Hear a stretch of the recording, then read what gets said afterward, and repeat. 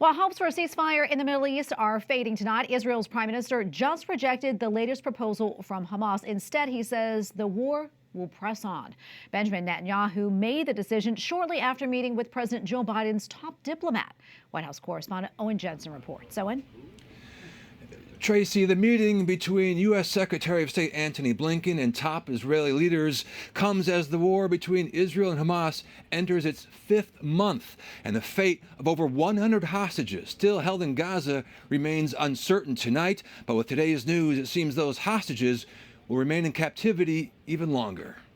Secretary of State Antony Blinken shaking hands with Israeli Prime Minister Benjamin Netanyahu, the two meeting in Jerusalem to discuss the ongoing war.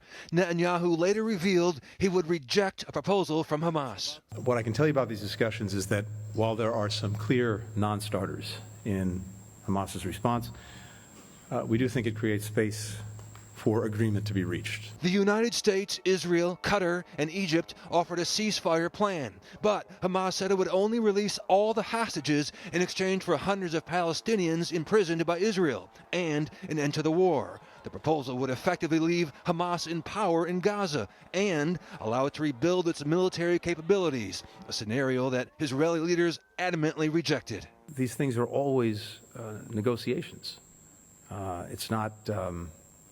It's not flipping a light switch. It's not yes or no.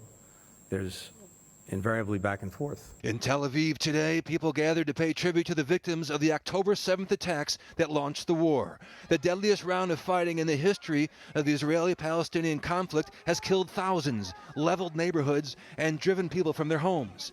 President Joe Biden, on his way to New York today, did not stop to talk to the press, but Tuesday responded to the proposal from Hamas.